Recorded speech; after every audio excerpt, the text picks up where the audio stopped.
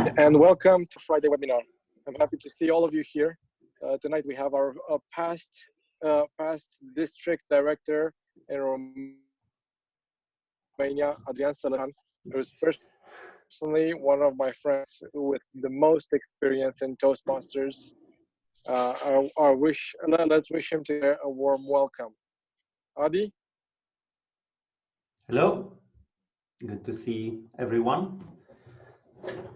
For now, I only see Romanian names, but maybe some people from other countries will join.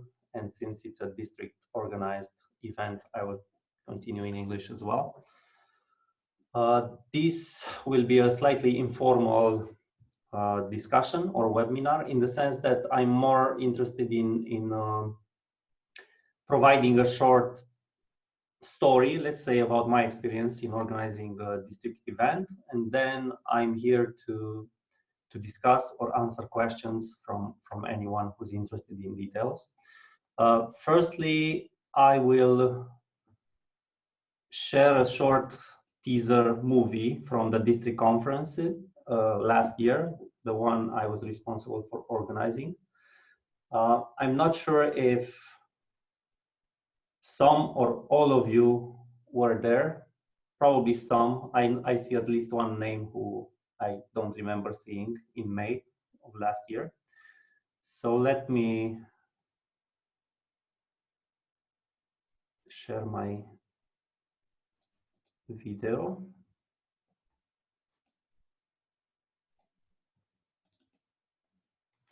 This is a short teaser from the district conference in May of 2019.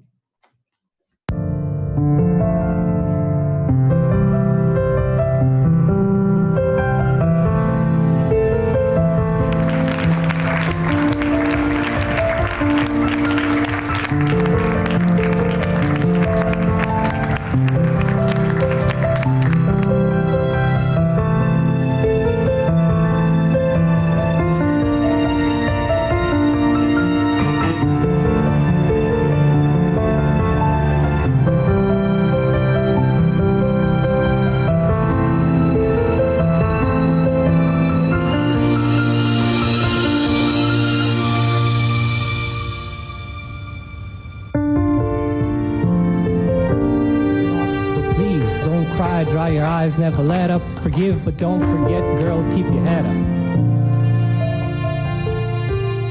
Support for the Congress, classes and blessings.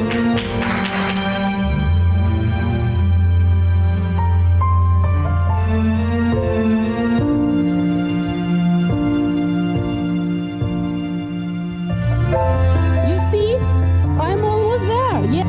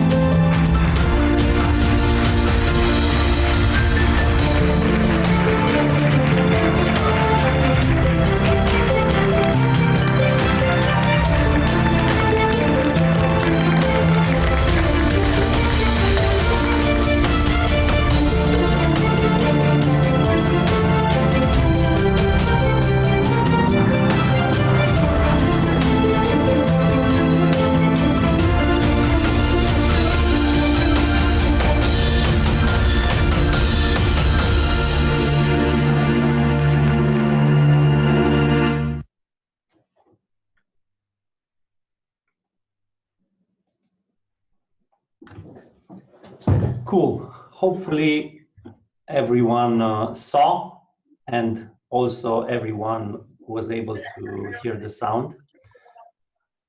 Can you confirm? Yes, Adrian, I was much slimmer in that video. Thank you for the memory. And I was more closely shaved, I guess. Okay. So let's get started with the discussion about actually organizing the event. The idea of the event I'm going to share again because I have a couple of slides and then we'll just tell a couple of stories about each of those slides.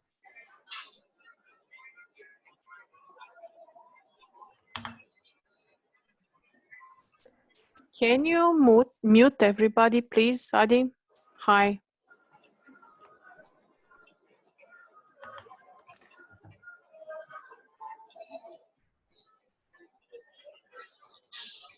I can try. Yep, everyone is on mute.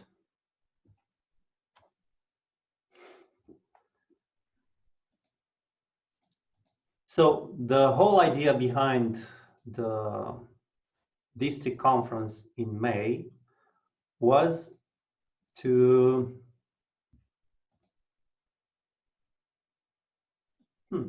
my sharing seems to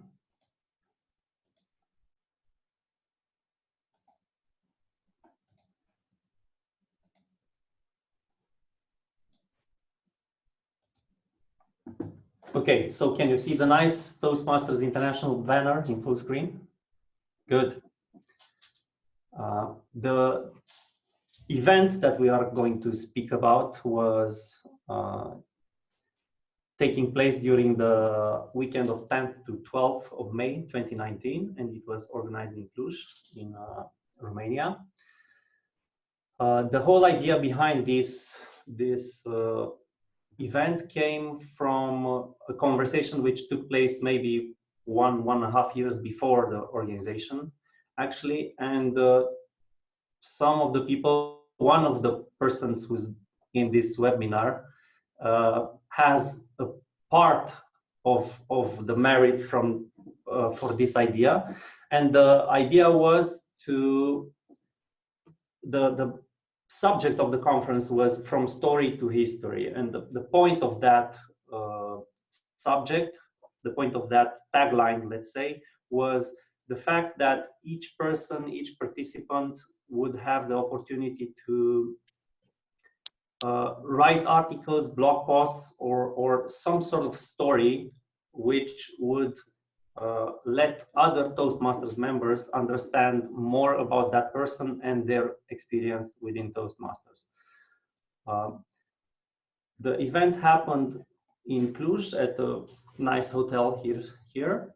You can see some material from the promotion before the conference.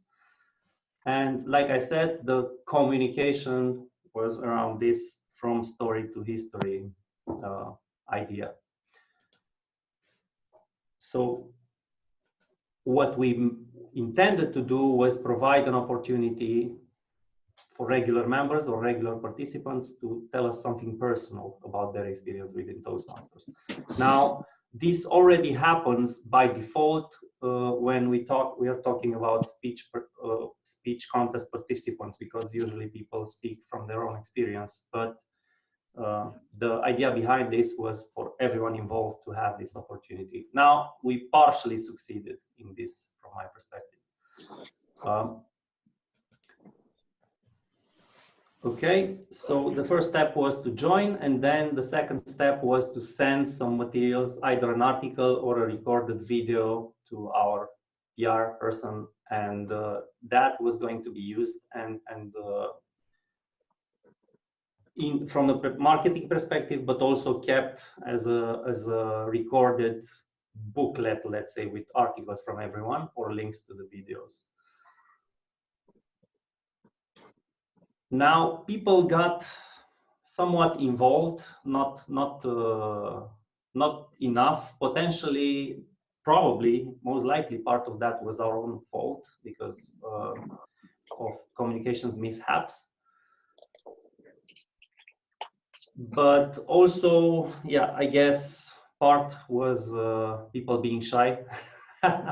Who knows?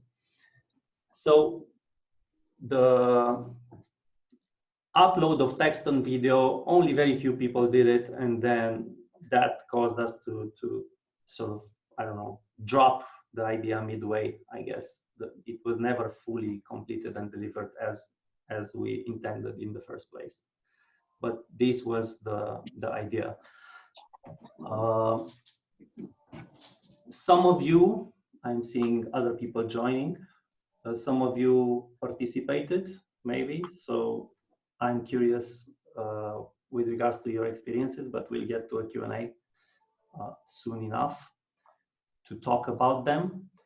So let's discuss more about the organization of the whole thing. So, and let's start from the district, because the district conference is a district event, and I want to start from the district in terms of the district mission, let's say. So who can tell me what the district mission is in Toastmasters?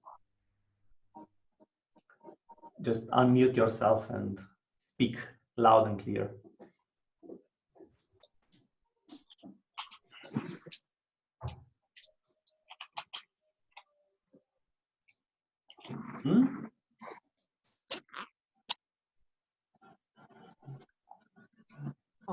I will give it a try. The district mission will build new clubs and support all clubs in achieving excellence. Excellent answer. Did you have to Google it? No, but I was waiting for somebody who's new at this.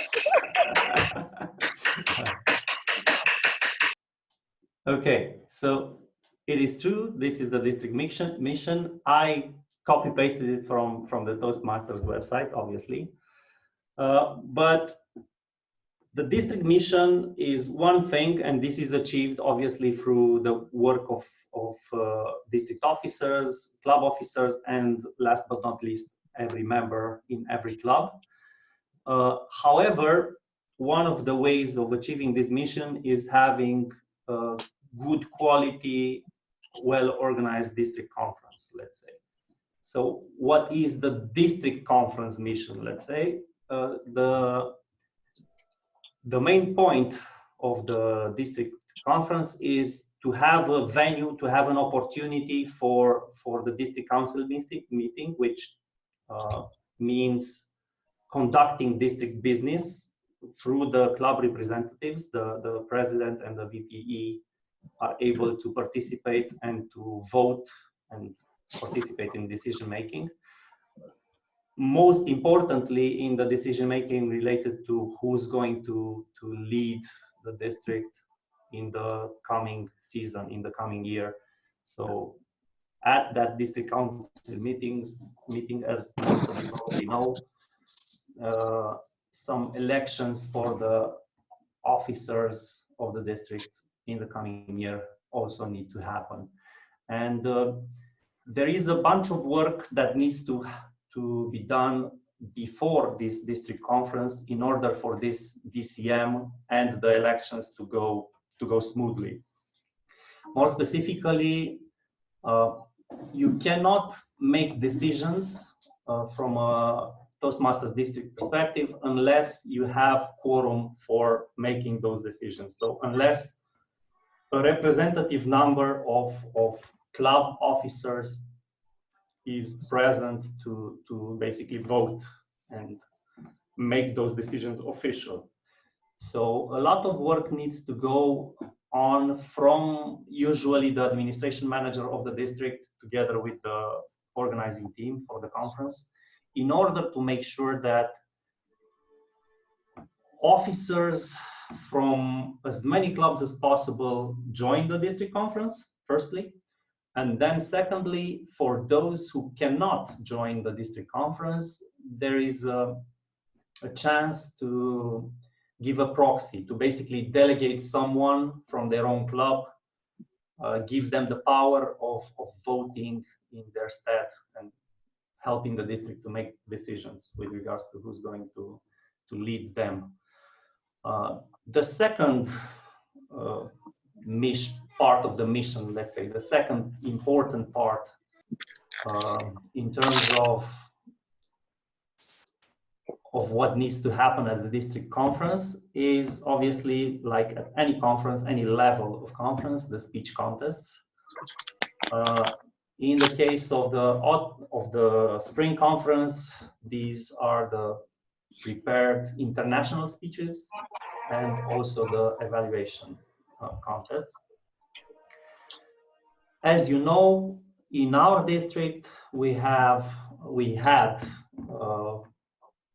4 divisions last year, and therefore each division sent 2 representatives for each contest here, and it was a good quality one.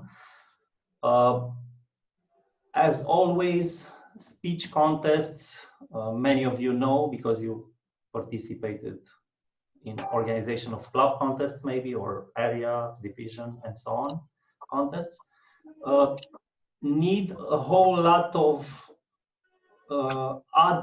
teamwork and of other people contributing and working in order for those speech contests to happen. All the support staff, let's say, from judges to sergeants to chief judge and so on and so forth, who need to participate and get involved and obviously work for free in order for the speakers to shine. Last but not least, on the district event page from Toastmasters International website, it is mentioned that during district conferences and any types of conferences really, there's an opportunity for additional training. Now, this from my perspective is the most important thing about the conferences, because okay, speech contests are there by default somehow, and also the district council in the end happens because district officers are involved and passionate, and they are usually present at these events. However, how you bring the regular Toastmaster member at these sorts of events is through this value add of providing really good additional training. So this was quite frankly one of my personal objectives when organizing this, to provide quality when it came to the training part.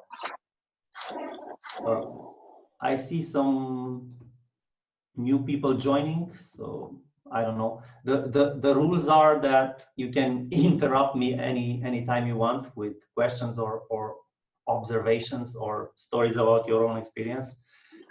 There's sufficiently few of us that I think we can have more of a dialogue rather than just me speaking and some of you listening and some of you falling asleep maybe.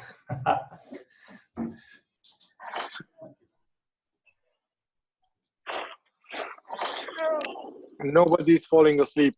They're not allowed to. We're not allowed to. Okay. Questions so far? Does this match your experience, or how many of you participated in a district event? So I was there. I was after Berlin. It was a great thing that you did in Cluj, Adi. Congratulations for you and your whole team that organized the event. I have one question. Now that there was time to, just let me start the video as well. Now that time has passed and everything is settled, what was the biggest challenge you had as a project manager of the conference? There were multiple tricky challenges, let's say, and I had quite a bit of time, like you said, to digest the lessons learned from those challenges. First and foremost, the main challenge was a personal one when it came to availability of time to invest in this direction. And the reason, and something that I want to mention as a lesson learned is, from my perspective, the conference chair, the organizer of such an event, even a division level event, should not be a person who has another officer role at the district level or division level. It's probably a bad idea. My experience was that unless you are unemployed or a student or independently wealthy or something, the time investment necessary to juggle both a district role, in my case the division director role, and the conference chair for a district level event, tough to manage. So which one are you? Sorry? Which one are you? Which one am I? Student, unemployed, or incredibly wealthy? Independently wealthy, meaning I don't need to work for the money. Yeah.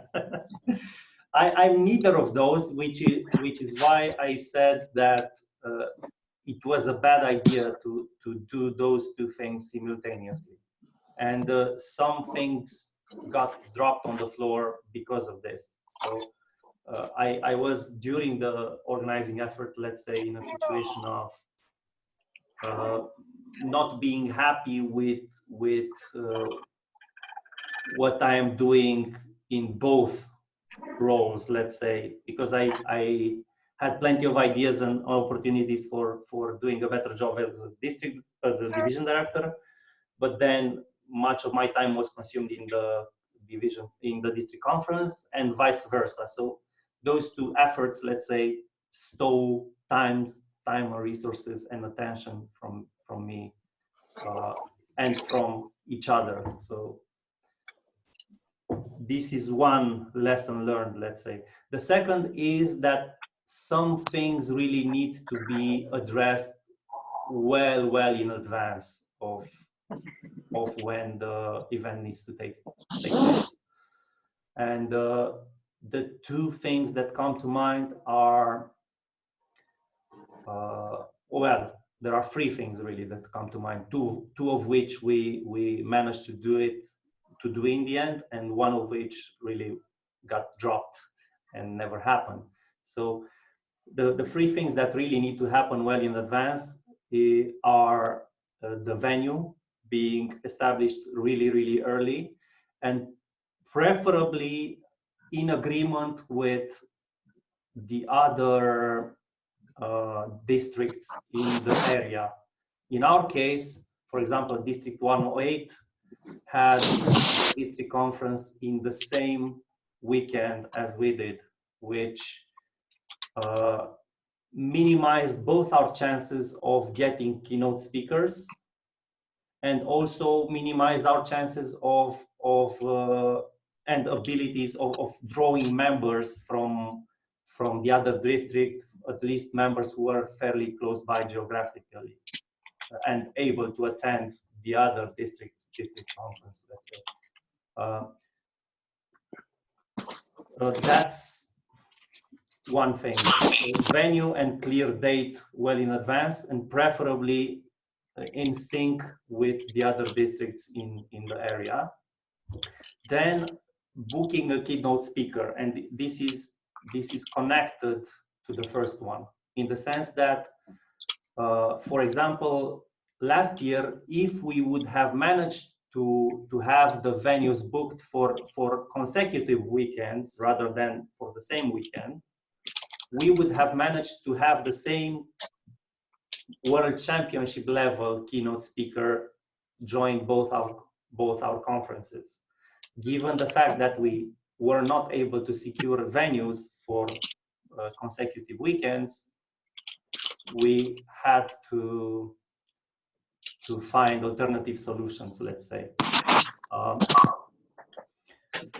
Then, last but not least, in terms of communication, in terms of marketing, let's say, the web, and this one bit the dust in our case, have a dedicated person or team to deal with the website for the event.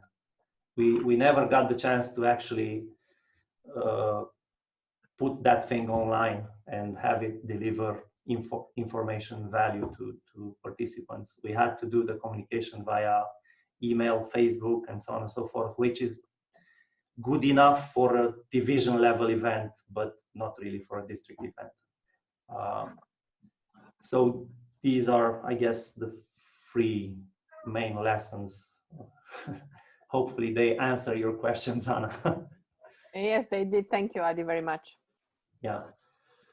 Okay, so back to the technical stuff, let's say. So these are broadly the 3 responsibilities, the 3 main things that need to happen at the district conference. Now, also important, just as important, and we come to the tips and tricks part, let's say, of this discussion. I mentioned the keynote speaker. Usually, because of the fact that Toastmasters is an organization that grows leaders and speakers, they are usually frowning upon the idea of paying for keynote speakers, so at district events. So you are not really allowed to pay for some external speaker, basically pay him for speaking. You are allowed to pay for lodging or travel for those speakers, but you are not allowed to pay them a salary, let's say, or a fee for showing up. I understand the reasons of the organization, because obviously, given the fact that we pride ourselves on being able to grow really good quality speakers, it follows from this that we would also be able to find a Toastmaster who's a really good quality speaker and who can join as a keynote. And we do most of the time, but that means we are restricted in the sort of speaker that we can look for as a keynote, unless we find someone who is, I don't know, sympathetic towards the organization, even though not a member. We are limited to looking at members who are willing to support a district conference and speak in front of people as a keynote speaker without getting paid.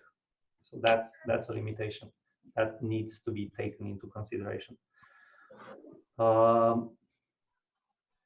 We actually had I had a crazy idea about reaching out to Yuval Noah Harari to invite him as a keynote speaker. I'm not sure if you guys are familiar with him. He's a famous writer and speaker, writer of Sapiens and Homo Deus and a couple of other important books. And coincidentally, he was in Bucharest during the week when we had the district conference in the weekend for a different, very expensive event, but we did not manage to get him to fly here for free to speak to us. While talking about money, we get to the budget. So just as important as aforementioned things is the budget. What does this mean? Well, it is not the objective of such an event to make profit. So you don't need to, I mean, you don't really have the option, you shouldn't do it. You shouldn't ask members to pay for tickets more than they can afford, or to pay a lot for those tickets just to make sure that you're hitting a certain budget. Because for one thing, if the pricing is exaggerated, then only participants in the contests will show up, and those are usually not enough to cover your needs. And also, if they insist, they can participate without paying most of the fee for joining the conference. So there's a tricky balance to hit here between making the pricing correct and make access easily available to most members, let's say, but also covering a good quality facility and good quality food, because those cost money regardless of where the event happens. So 2 and 6 are really tightly connected. Basically, you need to plan really well and make some projections with. And what we did was we had a projection about a certain number of people that we need to hit to get to join the district event, and calculated 3 or 4 different levels of pricing and made sure that if we hit that number, we will be at break-even point and not have to put money out of pocket. Out of pocket meaning out of the organizer's pocket or the district budget, really, because usually the district covers for such things. But as you know probably, and as our finance manager knows from last year, the district budget is not, I don't know, KPMG type of budget or Lehman Brothers. I can confirm. It barely covers basic needs. So Defined basic. I need a new car. Yes. That for you is not basic, Mihai. A Dacia Logan, I hear it's a really good car and cheap as well. Oh, so you can afford the car with the district budget. Okay, thank you. We have an idea now. Thank you. Yeah. So what happens is the conference chair is responsible for hitting this target and finding this balance between honest, correct pricing so that people have opportunity to join, but at the same time covering the food and facility and training materials and travel for the keynote speaker and so on and so forth, which are all, yeah, expensive, more or less expensive depending on where you organize and what sort of hotel you find and so on and so forth. But at this level, this number 6 needs to be good quality. So you can't really skim too much when it comes to what you serve people. Now, regarding number 3, marketing and communication. We did some things well and we did some things poorly. And what we did well was mainly due to Isa being a competent and hardworking person.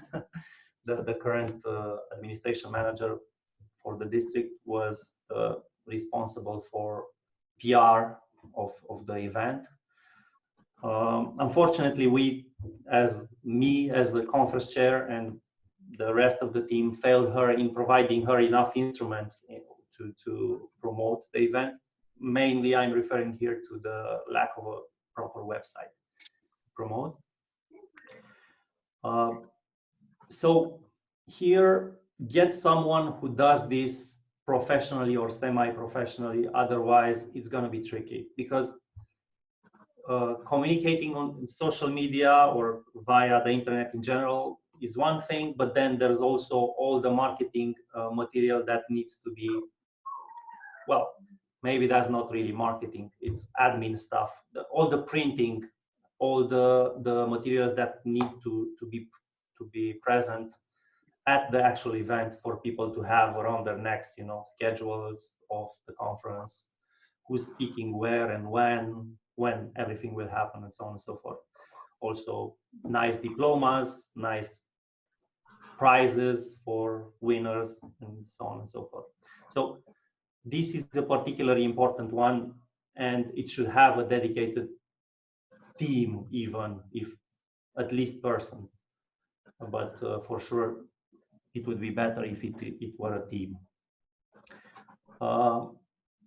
Fourth facilitating access from a bunch of different countries. This took quite a bit of effort. In what we mean by facilitating access is providing information, not providing transportation. So, because obviously each person, each participant was responsible for getting here on their own, but many of them relied on the organizing team in order to find the best routes or the cheapest way of getting here, or finding basically alternatives for getting here. And this was tricky, and it takes a lot of research. So maybe how we solved this was we had the team lead and 4 different people being a single point of contact for each division. So each division had a nice smiley face who was the first point of contact for that division, and that person was responsible for getting the requests and hopefully finding a way to research and give answers to people who had needs from that division. Hi, Adrian. Yes. Balázs, and big kudos for that, because I liked it a lot. And this is among many of the things that you mentioned. This is something we also use this year, learning from you that having a messenger group and a person dedicated to each division. It was fantastic, be good, and this is something what I brought from that event as a plus. Okay, thanks for the feedback, Balázs. Obviously, depending on where the location is and depending on how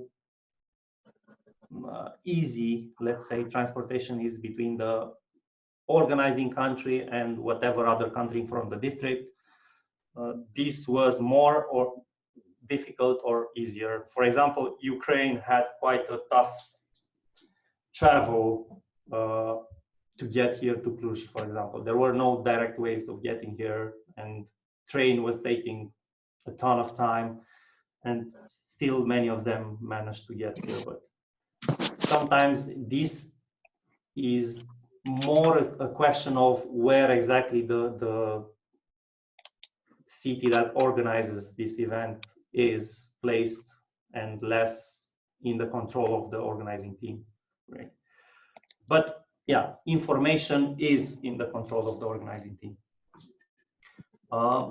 Fifth, what I mentioned was one of my top priorities, really, because we failed with many other things, but from my perspective, with the educational training, we succeeded quite well. Yeah, I am here in Toastmasters for less for the speaking part and more for the education and leadership part, let's say. And from my perspective, there's a lot of things that need to happen in order for the speakers to be on stage. And sometimes people who are only in it for the speaking contests don't really realize what it takes to be the chief judge or to be a trainer and participate for free and work and give your knowledge and your effort in educating other members. So I've noticed in the last few years, at least, that there's more of a focus, let's say, even at the international conference level, more marketing material, more communication about the things which are not the contest, let's say. And I really appreciate this direction. I appreciate the fact that Toastmasters conference, be it the district conference or the international world championship level conference, is not just about the speech contest. And obviously, yeah, it takes a lot of effort, and there needs to be really a dedicated person or a dedicated team for the training or educational agenda. And it's going to be a tricky position because many people are trying to use the district conference as an opportunity to learn themselves, let's say, or to make themselves visible rather than provide value or offer value to other members. And it's a tricky balance. You need to have fairly clear selection criteria, and you need to know personally or someone in the organizing team, or to ask people who know personally the trainers to apply for delivering, because otherwise you can have surprises. And the district conference is not the place where you get warmed up as a trainer. This is a place where you get once you are competent as a trainer, from my perspective. So it's a sensitive subject, let's say. As long as there's somebody dedicated, as long as you make a clear call for trainers and some criteria for choosing trainers, at least internally you should have those, and ideally you should also communicate them to the outside, to the potential trainers or facilitators of workshops. I already spoke about quality facility and food. This is important. Nobody is going to accept really bad quality when it comes to food, especially. The rooms need to be properly equipped as well. And yeah, from this perspective, I think we did a good job. It's surprising the amount of communication that is required and the amount of administration or paperwork that one needs in order to book a venue and to arrange the menus and food and so on and so forth. So here again, the conference chair should have someone who is dedicated to this, especially as the time passes and you are closer and closer to the date of the event. The need for keeping in touch with the hotel or the venue and with the providers of various beverages or food will need to happen. One of the things that I wasn't really prepared for enough, and it came as a bit of a surprise, is this one: payment options. So it can be tricky for certain countries to pay without incurring significant costs above the entrance fee at the conference, due to banking systems basically, and due to agreements between countries, due to things like that. We did our best to be flexible. We accepted payments via bank transfer. Some people requested Revolut. Some people requested PayPal. Some people requested even, and this was a bit much, a bit surprising to me, some people requested to pay on the spot at the venue and by card. And that was not possible. From my perspective, that was funny and surprising, because that showed to me that the sort of people who would need this, so they didn't even register and let us know that they will pay at the venue, but rather they just showed up and said, oh, I want to participate, can I pay by card? Now, they weren't registered with in the forms. And I don't know how they imagined food and all the other stuff got to the hotel by magic or somehow, but we could accommodate a few of those by talking to the hotel and the food providers, and we accepted a few exceptions. of people who did not register and they just showed up and wanted to pay on the spot. But this is something that can be particularly challenging. So I don't know. A solution is clear communication and repeating the fact that after a certain point, you cannot really register and pay, and make it clear from the start that you can't just show up and expect to be able to get in. Because sometimes that can be accommodated and some other times that cannot be done. At least not for people who also want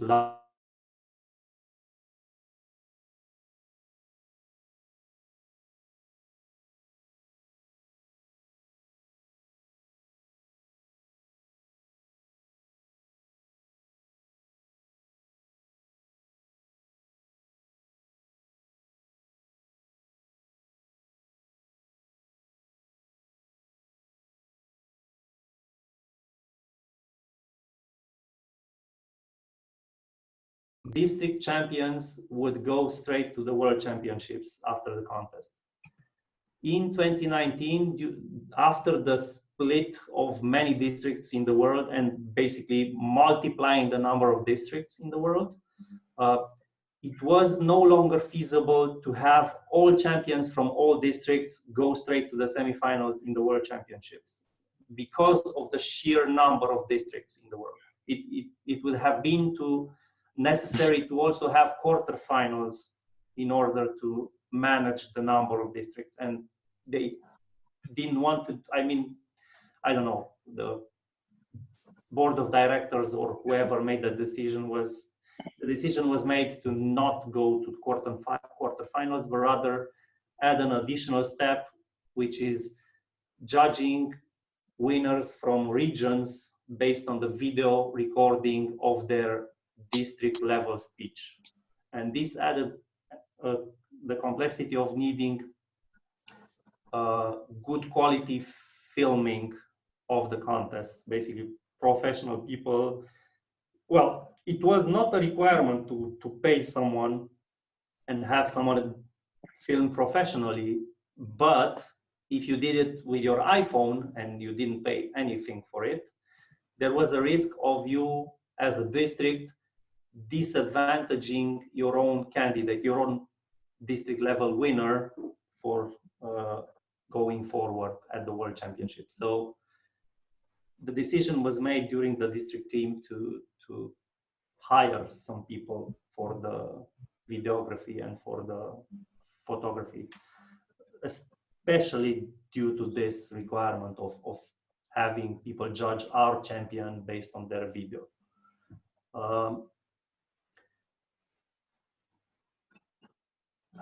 I'm talking a lot and I feel like, again, some people are here and maybe some others are no longer with us. Are you following? Does this make sense? What do I need to, where do I need to adjust?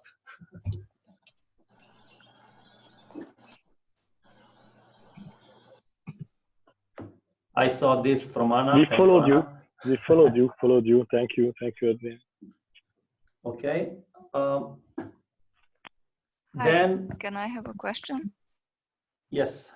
Hi, I'm Marian and I'm from Hungary and I'm in the current district organizing team. Yes. Responsible for the registrations. So Okay. I have the question to you. Is there anything that you would change in the registration process? And also, which are the things that worked well? Mm-hmm. Like 3-3, or I don't know how it comes to your mind. Okay. So what I would change in the registration process is especially the entry point in the registration. Like I mentioned, we did not manage to create a website in time, and therefore we had to start the registration or have people give people the ability to register via the Facebook event. This is not ideal from my perspective. Mm-hmm. It is functional, so you can have useful Google Docs Google spreadsheets behind, and then a Google form registration process, and it is functional, but it gives you less flexibility and less of a professional feel, let's say. Then, with regards to registration, what I felt we didn't do well enough, like I said, was clarity with regards to the fact that whoever is showing up and has not paid until 5 days before the event or something like that is not going to be able to attend. Because we, like I said, had to deal with the fact that a number of people just showed up there and expected to attend, and because maybe we felt guilty that we did not communicate clearly enough, we tried to find ways to let them in rather than sending them back home. So this was possible, but it may not be always possible. So that's something to take note of. Yeah, what else? You need, during registration, you need, like I said, a team, 4 or 5 people who can provide clarity and guidance, and who can look up people from the registration lists and give them all the details, and also give them the printing materials. I'm not sure if I'm getting close to answering your question. Maybe you can ask an additional helping question. Yeah, you are answering. Thank you. Okay. What else regarding registration? What was working well? What you still remember that was working well? Right. So what works well is one, if you have previous communication with the registration team from the division level, let's say, so that people already recognize that person, the person who was the point of contact, and that person is also at the registration desk, and preferably there should be some written signal, some written communication signaling to the participants the fact that I should go there directly to that person. So what I think works is having a per division or the list of countries which should go straight to the desk 1, 2, 3, 4, rather than having to go to someone to get then redirected to someone else when you want to register as a participant. Does this make sense? So you go in the lobby. Logical. Yeah, that's how you go I in want the to lobby.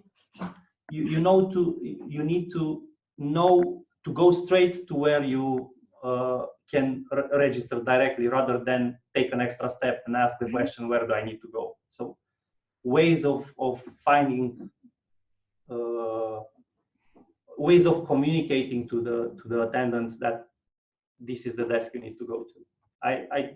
One way is to have that face being recognizable.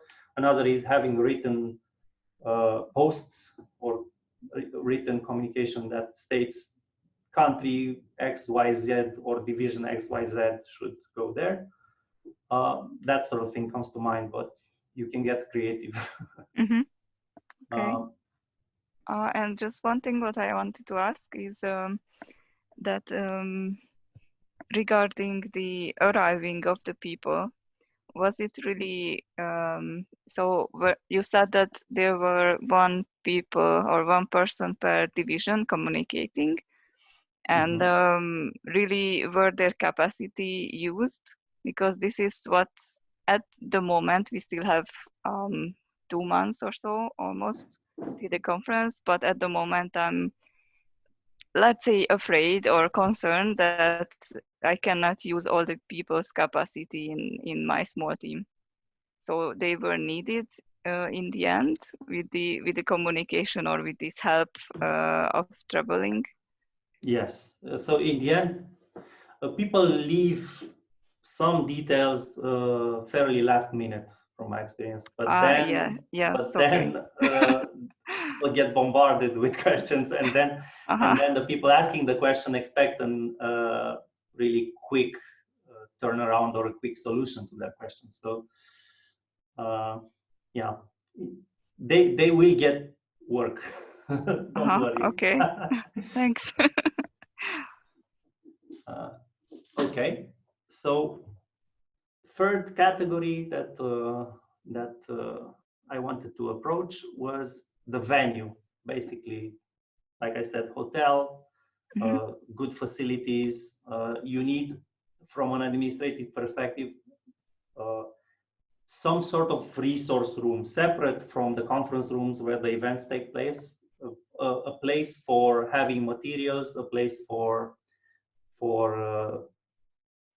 keeping the flags, for example, for the banner parade, a place where the vote counting needs to happen. So at least one or two small separate rooms which are isolated from the conference rooms needs to be available at the venue. Also, yeah, it is the conference chair's responsibility to find Toastmasters or to find presenters, contest chairs for the contests, and then make sure that that contest chair and the chief judge find all the additional people needed. So sergeant at arms, support basically for the contest to be smoothly dealt with. From a PR perspective, I mentioned already in marketing and communication, I think there are three directions, let's say. The publicity part, so website, online PR in the sense of social media, email communication, and so on. Then there's the printing part, the physical part, you know, like having badges for everyone, having the schedule of the event, and so on and so forth available. And then whatever media communication, if you have video or teasers or things like that. The bigger the PR team is, the better, I guess. And last but not least, some sort of entertainment outside of the official agenda, let's say. So parties or tours of the city, like anything that has to do with culture of the country or the city that the conference takes place in. We did the culture and tours part with limited success. We didn't do so much of the partying part. We'll leave that to Budapest. Okay. Yeah. Yeah, this I think sums up what I wanted to touch on. So if you have additional questions, maybe now's the time. I still have one. That which or how did you solve the payment, or which was the best payment option, or how was it in the end? What were the learning points, so to say? Yeah, well, I'm not sure how this year will be, but last year there was no district account available for payments, so I had to work out of my personal account and then provide reports and make sure that all the financials are clear for everyone in the team. From my perspective, it's useful if one needs to use a personal account, it's useful to have a separate account created for this purpose only, rather than mixing with your salary, for example. So it's useful to have a dedicated account for the event itself. Then it is useful to have as many online tools as possible to avoid forcing people to pay taxes for bank transfers, because from certain countries within the district, providing money to another country via bank transfer adds 15, 20, 25 euros to the cost, which is significant. Given the fact that the total price of admission may be 100 euros, adding another 20 or 25 is an extra quarter from that. So, yeah. Revolut is probably a good idea, but not all countries in the district have access to that application. And PayPal was used, but PayPal takes money, takes a piece of the money that you get anyway, just like banks. So, Adrian, I'm sorry to step in. One note about Revolut. So even if one country does not have Revolut, yeah, you get limit of transfers direct from a. If you, Adrian, are a Revolut user, you can generate a payment link for someone in Moldova, for instance, and they can just directly input card details and they will pay directly. But there's a limited amount which varies from person to person. So with the help of several Revolut users, you can accommodate quite a lot of people. Okay, I'm not sure if this feature existed. If it did last year, I wasn't aware of it. So only people, what we did was, if they had available PayPal or Revolut, they sent the money themselves. If not, there were some people in the Republic of Moldova and maybe Ukraine, I can't remember exactly the countries, who asked people from within Romania who they knew well, or friends from countries with cheaper transfer costs, to make the payments, and then they agreed to meet and resolve the cash issue at the actual event. This can work if people already have an established relationship, but yeah, some people are willing to solve this problem themselves, and some other people expect the conference team to solve it for them. And it's useful for the conference team to do as much as they can from this perspective.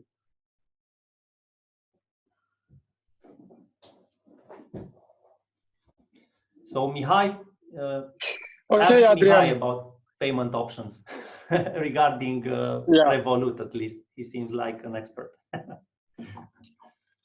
Okay, and thank you very. Yeah, I'd like to be. I'm a treasurer this year, so I should know about money. Adrian, thank you very, very much. I'm guessing that there are no, so thank you very much for participating webinar series. Thank you very much for sharing your expertise with us. Thank you all of you for joining tonight. Please remember that in 2 weeks' time, we will have another webinar again on Friday. So please be sure to join then as well. Thank you all very much. Have a great weekend and be safe. Bye. Bye. Bye. It was good seeing you again. Bye. Thank you. Bye-bye. Bye. Thank you.